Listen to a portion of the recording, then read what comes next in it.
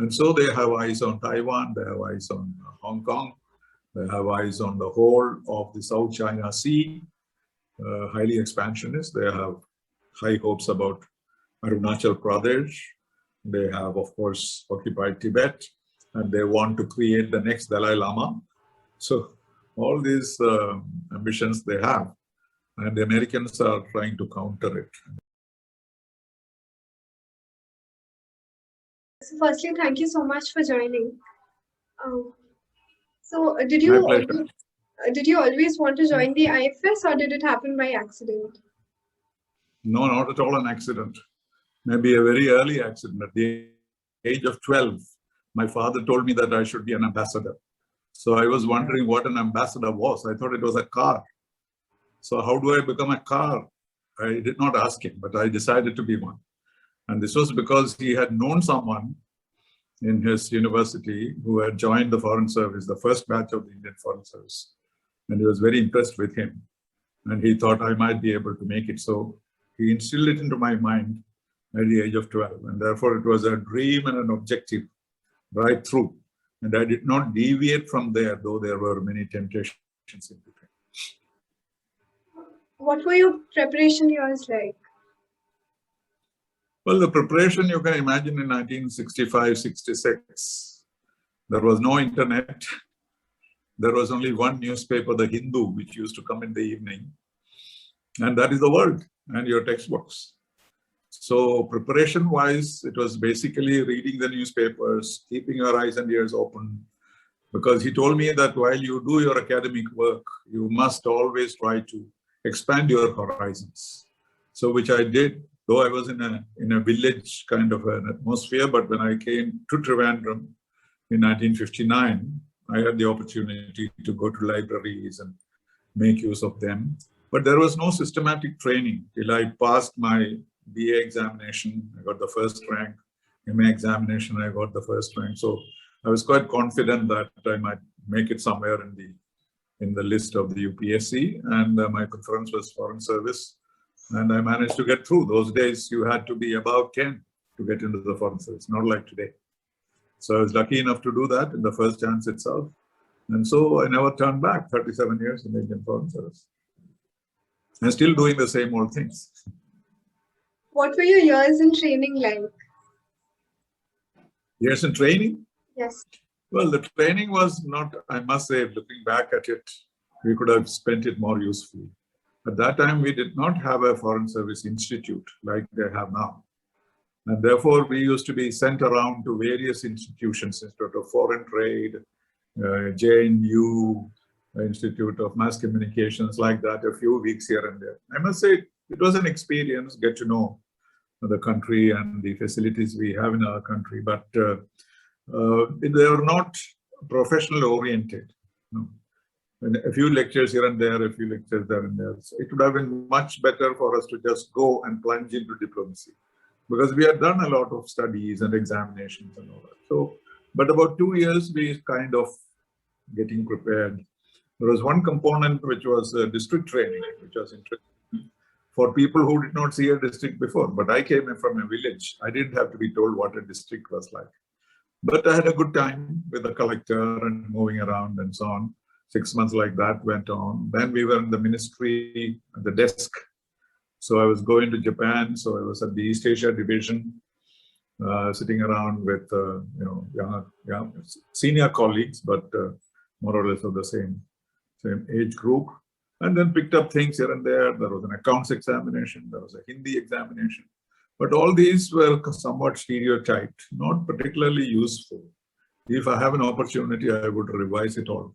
But anyway, things are being revised all the time. Now with the Institute, Foreign Service Institute, things must have got better. I've been out of it now 14 years, so things must have improved. Can you share some anecdotes from the crisis in Fiji that you experienced? Crisis in Fiji? Yes. Oh yes, that was much later. That was my first ambassadorship. Well, Fiji was supposed to be the dream world, the world as it should be, ideal, multiracial, no trouble, Indians were in a majority, so they ran the country in various ways. The race relations were very good. And there was a kind of understanding between the Indians and the Fijians, that the Fijians will run the country and the Indians will do the business. So this went on for years. In 1970, they became independent. And this social kind of acceptance that Indians will not try to take power, because if it is one man, one vote, the Indians would get the power.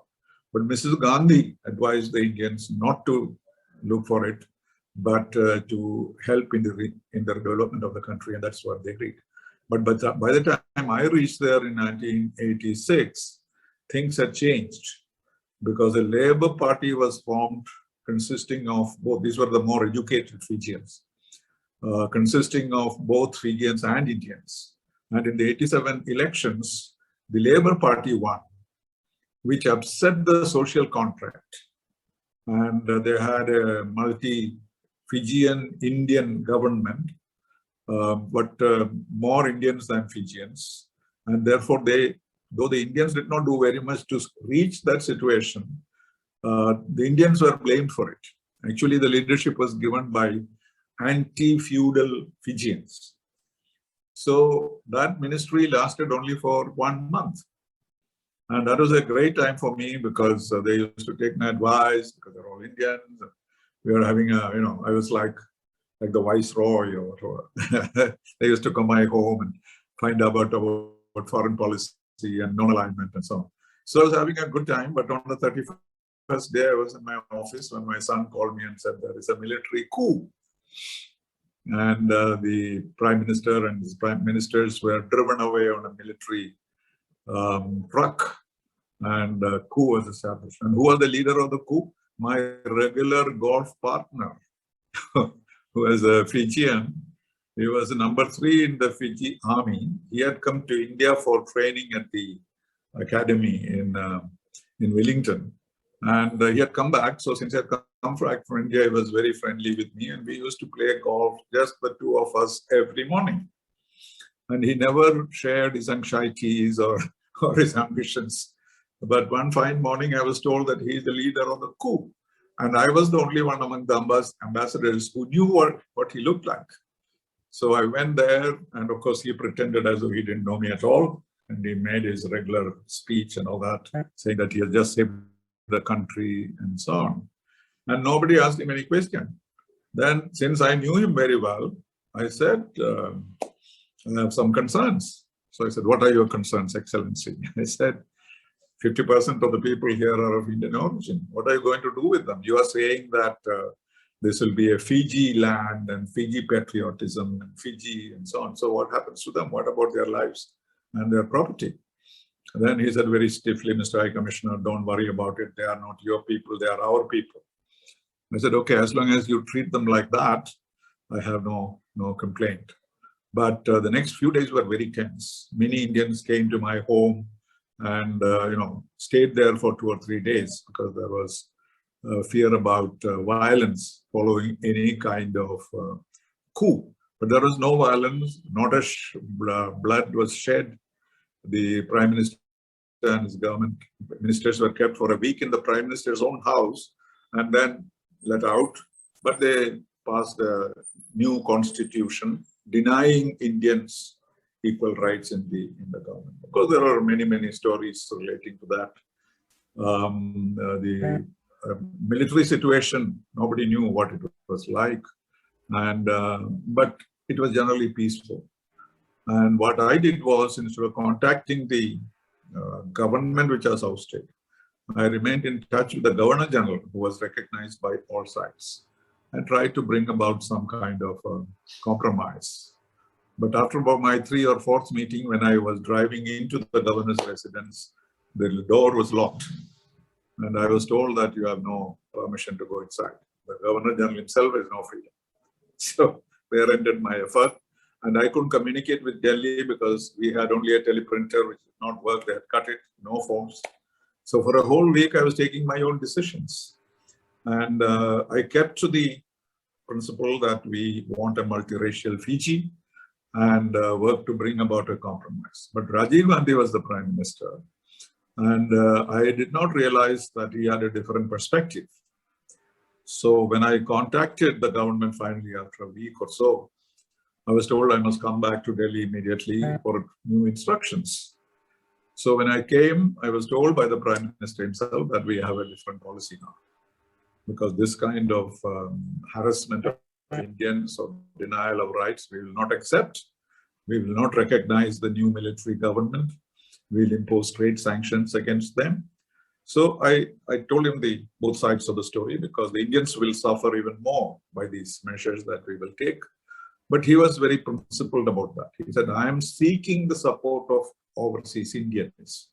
You know, those were the times of Sam Pitroda and others who were coming to help out Indian technology. And he said, I don't expect such things from Fiji Indians, but if any Indian gets into trouble anywhere in the world, my policy is to go to their rescue. That was not the policy of the government of India before. And that gave me an opportunity or the problem of dealing with a government which we did not recognize. And calling myself an ambassador. To what? Who? Can you imagine an ambassador in Delhi saying, I don't recognize the Modi government? He'll be thrown out the next minute. Next flight, he'll be out, right? But the situation in Fiji was such that 2 years I carried on there as an ambassador, not recognizing the government and agitating for the Indian people. And that helped us eventually. It took them 10 years. I was expelled. I was told one morning that you must leave within 72 hours. I left in 48 hours, saying that one day I must come and have a holiday here for 1 day. So I declared that, and I left, went to play golf in Sydney while my wife was packing in Fiji. She was allowed to stay on.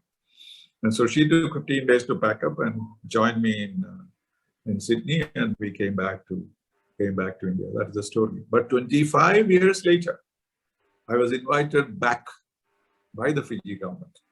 And same old Rambuka, the leader of the coup, met me in the same golf course we used to play earlier. And he made this famous statement to me. He said, Mr. High Commissioner, we have nothing against each other. We are following instructions. You followed your government's instructions. I followed my Prime Minister's instructions. And so we have nothing. So he hugged me and we made up. But it was a historic thing that India did. Because if India had not done that, probably Fiji Indians would have been still second-class citizens. So it was tough for me to be there at that time. I was not sure how many days I will stay, because every day I said something, there would be a threat that he'll be thrown out. And then my wife will pack one suitcase. So it was very, very, very, very tense situation. But it was not violent. People were very nice to me. They would greet me wherever they met me, said I saw how sorry it was for them to come to this conclusion and all that. So it was I don't think in the history of India or any country, diplomatic history, there was a situation like this. And thank God I survived it. So as a senior diplomat, you have often had to take decisions which would have huge consequences on the country. So what would you do in the case of a dilemma? No, see, the communications are so good. The ambassadors don't take decisions. You only advise and then follow decisions. There was the old days when ambassadors used to go on their own. No? Ambassador extraordinary and plenipotentiary get onto a boat and go for months together, reach there, and only once a month a diplomatic bag will be sent back. Everything is good here. You can negotiate war, peace, marry the Prime Minister's daughter to get more influence in the country. So that was the diplomatic world. But it is not like that. Now it is even worse. Now the Prime Minister will call the President of the United States. So what is the need for an ambassador, you may think? So we don't do the kind of independence and plenipotentiaries that the ambassadors were. We are not. Now we are like the Sherpa. That is, in mountaineering. The Sherpa does all the work. And who gets the credit? The summitier will get the credit. So the Foreign Service is the Sherpa. And the Prime Minister is Edmund Hillary, while we are the Tenzings of the world. So that is how it has evolved. So the old days when you used to take your own decisions are gone. So your job is to interpret India to the country where you are in, and interpret that country and their policies and their postures to your country in a credible manner, and then leave the decision to the government. Diplomats don't take decisions, we implement them, but we play a role in it, because all the time their first source of information is you, and you can guide and judge and try to. So I didn't have in my 37 years any occasion to differ with the government on principles. What is the job of a permanent representative at the UN? Well, he is the ambassador of India. There are maybe 2 or 3 ambassadors in the UN at the same time. I was initially deputy permanent representative with ambassadors, the rank and so on. So there is a division, but the permanent representative is the sole representative of India, who has to guide, because there are so many. We had about 12 or 14 foreign service officers in PMI New York. And we are all working independently in different committees. You know, we don't get an opportunity to check everything with the boss before you go or when you come back, etc. So you have some general directives within which you operate. And of course, he comes in wherever some changes are required, some consultations are required to Delhi. All that responsibility is his. But we all operate. As Deputy Permanent Representative, I was independently dealing with economic and social issues and some other political issues like the Security Council, etc. But that is one of, next only to the Foreign Secretary, that's the most important job you can think of in the Foreign Service, which is permanent representative of India to the UN in New York. I was also in Vienna. I was in Nairobi. So I have the longest period of multilateral work in the whole of Indian Foreign Service. So I did all the UN capitals, and I was also at headquarters dealing with the United Nations. So my career was almost entirely the UN. But I also had bilateral, like Fiji was my first ambassadorial post. I was in Kenya, it was also very interesting. Then finally I was in Austria, where you had a combination of multilateral and bilateral. I was ambassador to Austria and Slovenia, and also permanent representative to the UN. I was a governor of the International Atomic Energy Agency. So it was all a very, very diverse, very, very interesting, sometimes very difficult. There were difficulties, there were physical threat. I was attacked in Kenya and broke an arm and a leg. So even that was part of this whole diplomatic career. What effect will the developments in Afghanistan have on India? Well, this is our biggest concern. In fact, I was very disappointed with Mr. Blinken. When he came, I thought that he was coming to tell us that he was not going to let Afghanistan be taken over by the Taliban by force. And I thought he might have a program like that.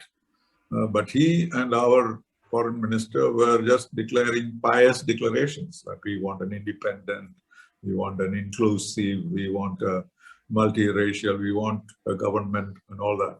That's all well and good. We have been saying it for years. 20 years, the Americans struggled for it and they gave up.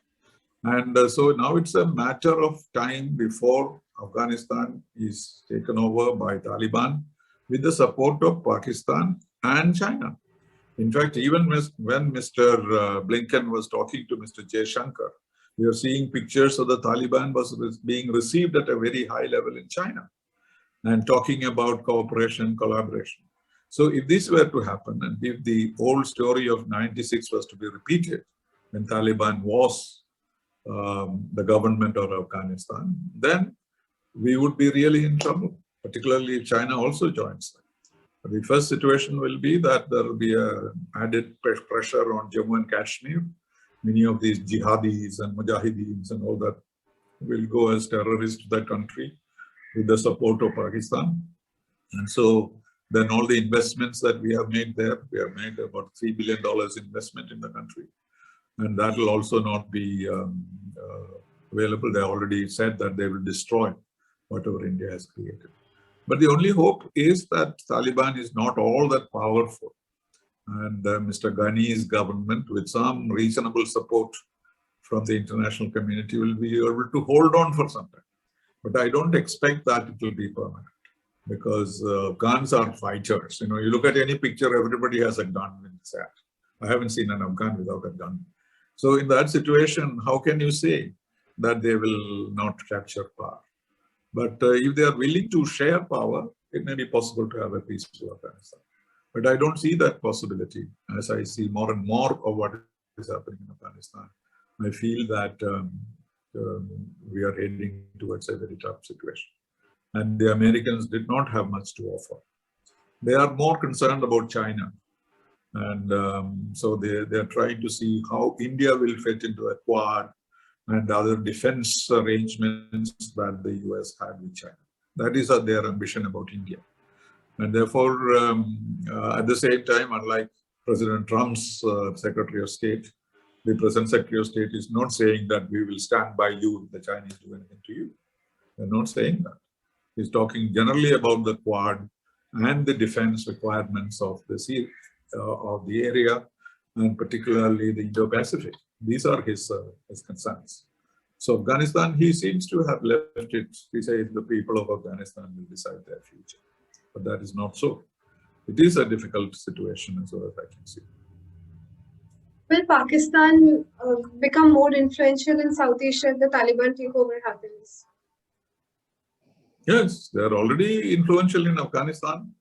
But the Taliban's fear is that if they collude too much with Pakistan, the Afghanistan's identity will be lost. You know, the Durand line, that Pakistan has no great respect for it. So that is a fear they have, and therefore they may not completely commit themselves to Pakistan. Each will try to use the other for their own political purposes. So there may be some balancing will take place between them, and China also may not directly involve itself, because you know, putting the boots on the ground may be very dangerous, because no power, no empire has won in Afghanistan. That's why it's called the grave of empires. Would China want to be in that grave? So I doubt it very much. And they are a pragmatic people. They want to conquer the world, and they are halfway through it, and therefore they'll be cautious. But as far as India is concerned, the problems will be more. And in any case, the BRI, the Belt Road Initiative, which is championed by Xi Jinping, will become more acceptable, because what will happen is that they'll be able to open out the Belt and Road through Afghanistan and go into Pakistan. And therefore, there will be considerable development in the region. And Afghanistan may become stronger with Sri Lankan, with Chinese assistance.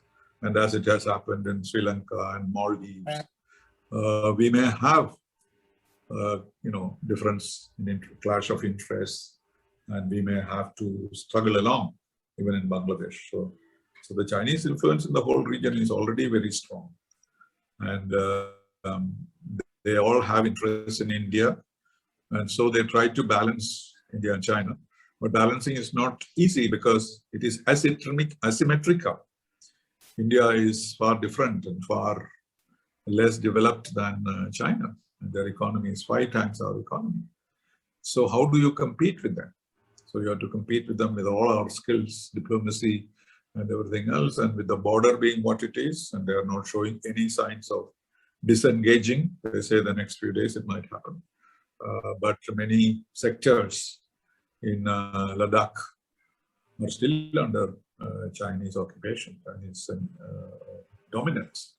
And without a war, will we be able to get them to retreat is a big question mark. And the American attitude is now to kind of challenge China on Tibet, for example. For the first time in history, an American representative comes to India and talks to the Tibetan refugees. And he also talked to activists in India, people on CAA and farmers' laws, etc., which was very strange. Normally, you don't do these things. But India also does not seem to have objected to it. And the Chinese were more concerned about Americans saying that America and India has common values and common traditions and all that. That's what they're objecting. They didn't object to anything else. But anyway, and they said we are also, democracy is not just one man, one vote. Democracy operates in different ways. And so they were trying to, put themselves on the same line as India and United States as going with by the wishes of the people. So that may be the situation. But I'm very concerned about Afghanistan. Should India recognize Taiwan? No, we have a trade mission there because we have a one China policy. There is only one China, and that is the mainland China, and that the United States also recognizes. But Taiwan is not a small country, 23, 24 million people, very well developed, trade connections, and even China trades with Taiwan. Though they maintain the ambition that Taiwan will one day be part of China. But it may be more like Hong Kong.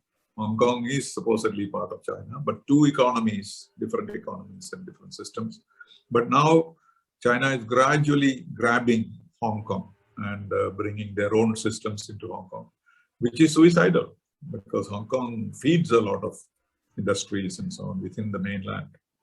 And keeping it like this would have been more profitable for them, more advantageous for them. But political ambition keeps growing and the expansionism of China.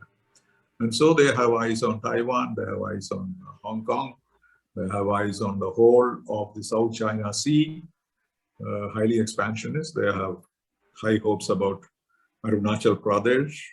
They have, of course, occupied Tibet, and they want to create the next Dalai Lama. So all these ambitions they have, and the Americans are trying to counter it. And I don't know how far it will be successful. So there also we may have a difficult time. But the good thing is that our relationship with the United States is developing. We are not considering the Quad as a kind of military alliance, but we expect that they will support us politically and, what shall we say, anything strategically, though they may not get involved in any action. But that is an expectation that we have, because if you are not powerful enough, you need powerful friends. And America considers that India is the only country in this part of the world, the only democracy in this part of the world which will stand by them. And therefore the Quad, but strangely they have created another Quad, which is very surprising for me, including Pakistan and Uzbekistan and so on. There are now two Quads, and they're talking about a third Quad somewhere. So that I think is not a very, very welcome development. But they're trying to balance many things when you're a superpower and you want to be a superpower and not try to withdraw into a shell like President Trump tried to do.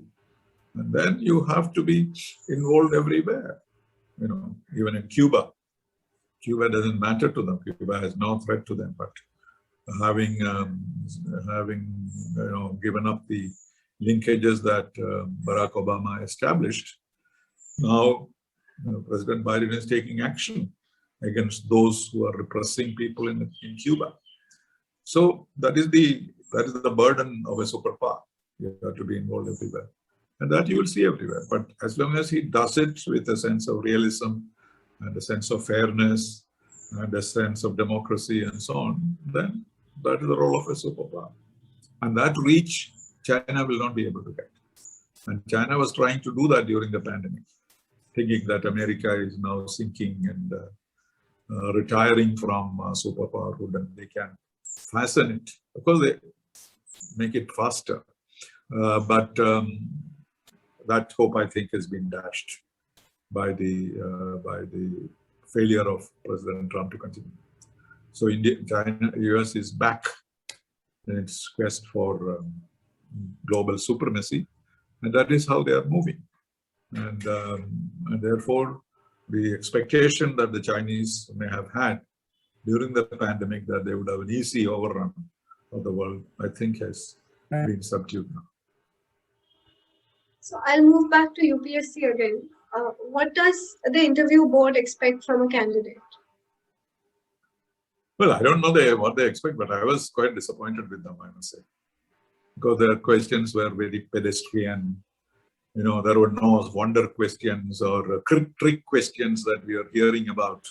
Nothing. Just simple things like, why do you want to join the foreign service, and what are your interests, and what do you think of Indo-Soviet friendship? Very, very ordinary questions. And the most surprising was one of them asked me, have you read the Gitanjali? I said, yes, hoping there will be another question on Gitanjali. No. I could recite the whole of Gitanjali to them. I was so happy. But then immediately he passed on to another question, who is your favorite author? Or something like that.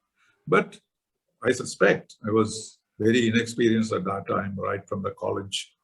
I was not even nervous about it. And that was the advantage I had, because I had an easy flowing conversation with them.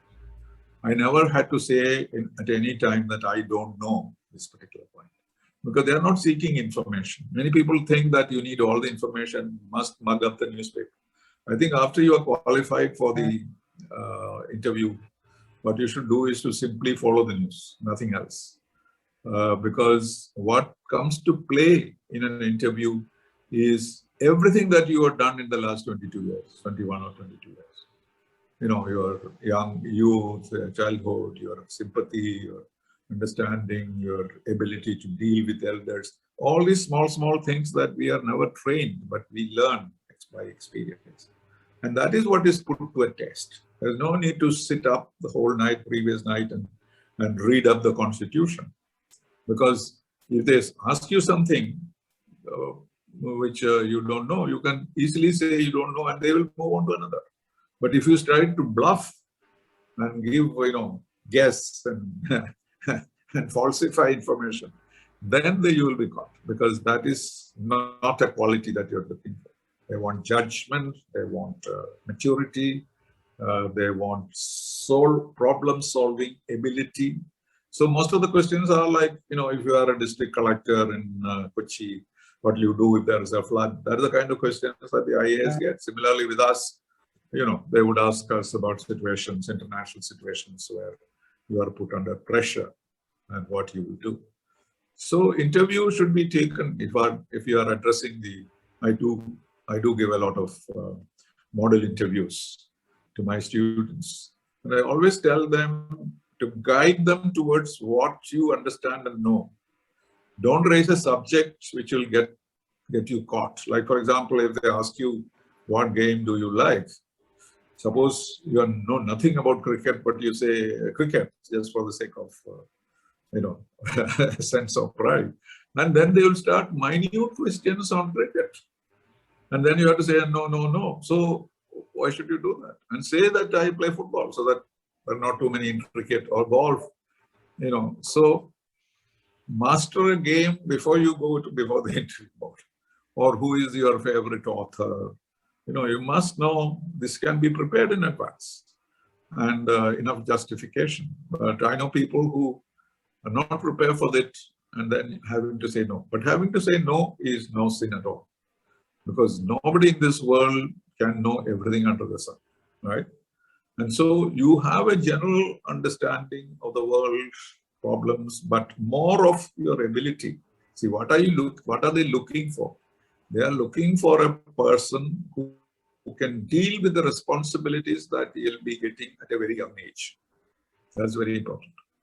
In fact, you start working with people double your age, the age of your father. They are the ones who will be working under you in any civil service. So you must have the maturity to match them. You are going to tell them what to do. And if you're childish and prankish and you don't know how to deal with individuals and people, then but that is what it is. The quality, it's a personality test, not an interview. So your personality tested fully. And if you can have a very informal conversation with them, bring them into this thing, then they'll bring you confidence. And they also do the same. They ask you to say something about yourself so that you are comfortable, right? They ask you, tell us a little bit about yourself. Then you can project what you think you are. And you must sell yourself to them. Don't start saying my father was a farmer and my mother was those. They are not interested in that. But in the college, what have you done? How many gold medals have you got? And what are the leadership qualities that you have demonstrated?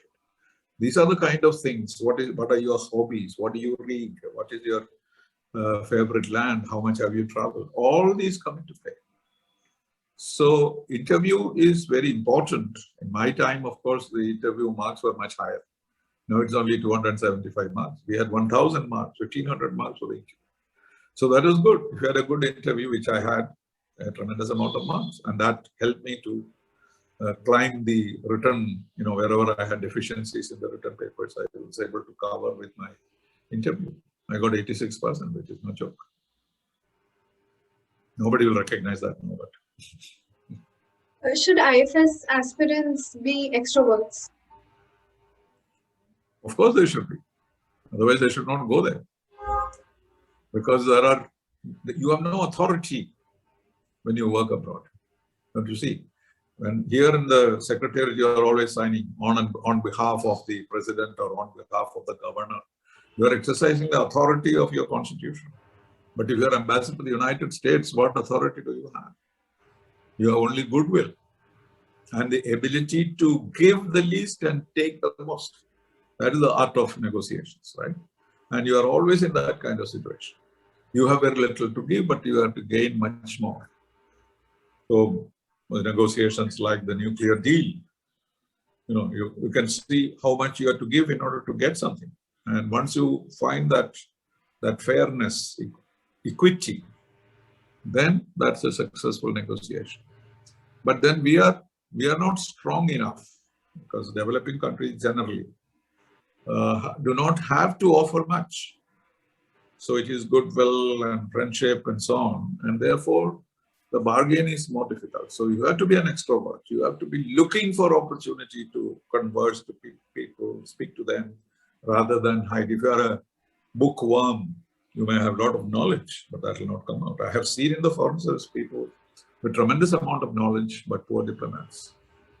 Because of this, of course, it's the expression, the language, etc., all very important. But more than that is the transparency with which you talk to people. And that is what I think they have to learn. To join the foreign service, you don't need language, other languages, you don't need international relations, etc. That will all be taught to you later. You go to a country, I went to Japan and learned the language very well. And so you don't have to learn Japanese before you join the service. They tell you what language to learn, and you learn it with government help, and you can learn a second language if you like. I did Russian also. And but you may never use it. I never went back to Japan after my first posting.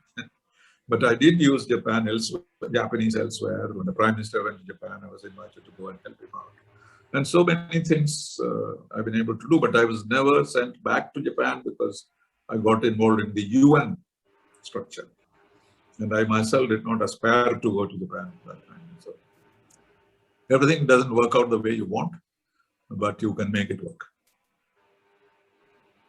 So what effect does a 37-year-long career around the world have on one's personality? Well, if I look back, the fact that I survived is the biggest achievement. Really. We have a saying in Kerala about, people climb coconut trees without any support, They just climb up there, they can do circus there, they can cut the coconut and you can do all the drama and you can watch it from below. But what is in your mind? Let the fellow come back, we will see. Because any moment the fellow can fall down and die. That is the state of affairs of the foreign service. So you may do all that drama there, but do you come back in one piece and still have your, balance and, ability to think about things and be active. And that is the best achievement. So individual achievements in the foreign service, you cannot really identify. If you are in the ISA, you can say that I built this bridge, I built that public, building, I did this. There's nothing for me to show. If I say India-American relations improved because of my 10 years there, they will laugh, no? Who are you to claim that? So it is nebulous. Your achievements are not so concrete. But if you ask me, I'll tell you 10 things which I consider my achievements. But it's not necessarily true, it's not necessarily recognized, because this is a game, it's a team, and everybody plays a role, and the ambassador alone is not the key player. So that is a disadvantage of the Foreign Service in a sense. But that is more like an intellectual job. You know, if you're a writer, a scholar, a strategist, you may not be able to point out that this is my suggestion that became this. That will be very difficult. But you have contributed to the knowledge and enabled judgment to be made. So I'll come to my last question now. What would be your message for aspirants? Well, I would say today, without any doubt, that the Foreign Service is the most challenging and the most attractive career that a young person can have. Of course, in the police service and the IAS, you have a lot of power. You know, you have the people surrounding you, and then you can join politics and become a minister. All those opportunities are there. But as far as the Foreign Service is concerned, first of all, you live outside, and every 3 years you change. It's not just visiting countries. I may have visited 100 countries, but I lived in 12 or 13 countries. And that makes a big difference to your personality and wealth. I mean, wealth of knowledge and information. And that is why even today I'm relevant. People ask me to speak about A, B, or C. But in the IAS, I don't know. You can write your autobiography, but it will be, you know, how he fixed so-and-so, how he allotted this land. Those will be very concrete. But in our case, it will be more philosophical. We may have a broader view of things, of India's role in the world. People have exaggerated notions about India, which we don't have. We know how much we matter. And all these are helpful. So if you have a chance to join the Foreign Service, now there's better chance in the Foreign Service than before. As I said, now even if your rank is 250 or 300, you have a chance to join the Foreign Service. Because those on the top, all of them don't join the Foreign Service necessarily. Some of them prefer even income tax for obvious reasons to Foreign Service. But therefore, even with a lower ranking, you can get into the Foreign Service. Not as difficult as it used to be. And many of them who join the Foreign Service are not the first choice candidates.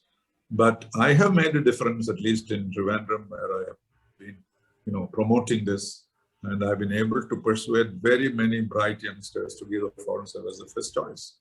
The year before last, 4 girls from Trivandrum joined the Indian Foreign Service, just because of my persuasion. All of them said to me that it was fantastic that you, of course, I even had to give a study class to their mothers to tell them that this is the best that can happen to your daughters.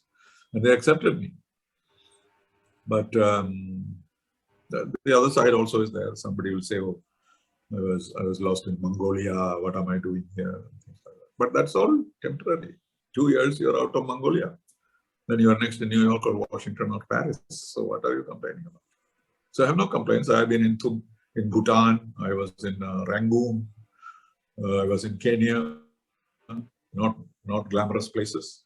But each place there was some work to do, and I had enough compensation by being in Europe and being in the Soviet Union and the United States 3 times, and the crown glory of all, the Mecca of multilateral diplomacy, Vienna. What more do you want? Okay? So my advice to youngsters is, if you get a chance, join the Foreign Service. And if I get a chance, I'll still join it.